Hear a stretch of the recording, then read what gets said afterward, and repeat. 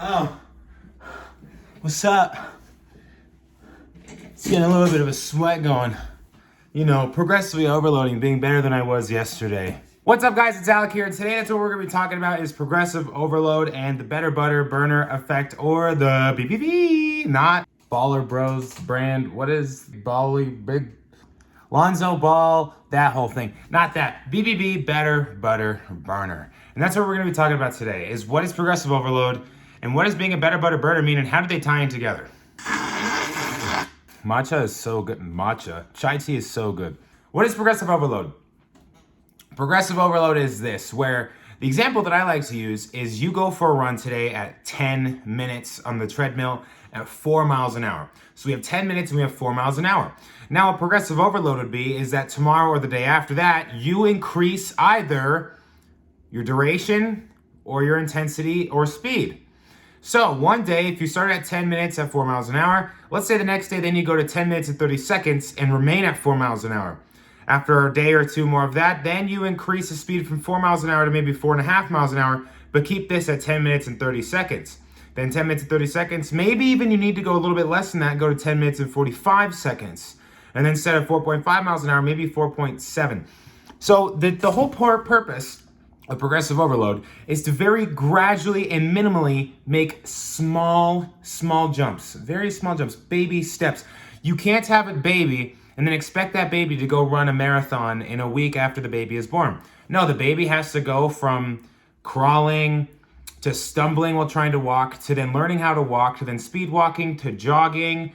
Then we got to go into a light run and then a run and then gradually getting into better shape. You can't jump from 0 to 100. So the best way to get into absolute good shape is to start at 0 and not even go from 0 to 1. More like go from 0 to a quarter, to a half, 3/4, then to 1, and then continue moving up.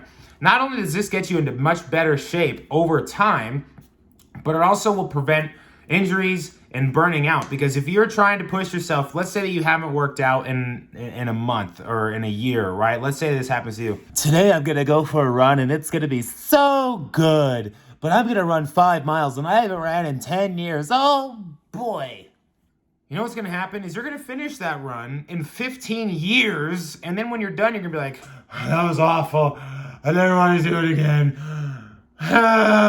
And then after that, you're never going to try it again because it was torturous and you hated it and you weren't ready for it, and you might have now have some injuries. You're going to be extremely sore. You could potentially have shin splints. You know, the what could have happened to your body is limitless with if you were to jump from 0 to 100. But no, instead, let's start at 0, 1/4, half, 3/4, 1, 1.25. And then after a long certain amount of time, then you're going to look back and be like, man, remember when I started at 10 minutes at 3 miles an hour, 4 miles an hour, or wherever you started?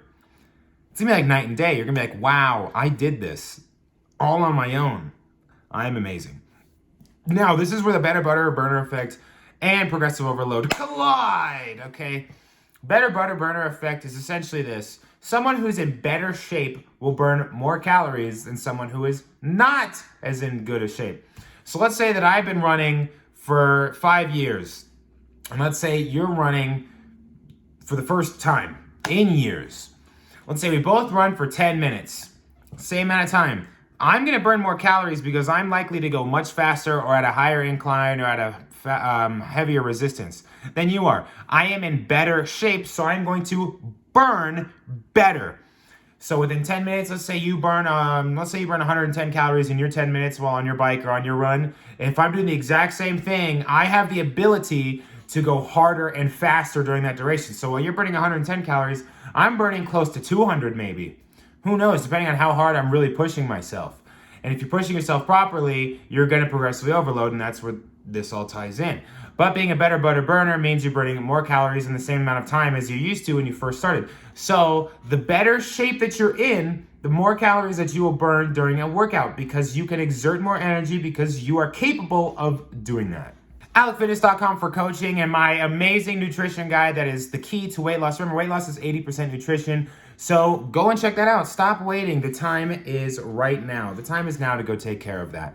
Also, my elite coaching plans are a wonderful thing. You don't have to do it, but if you would like to change your life, that's a great way to start.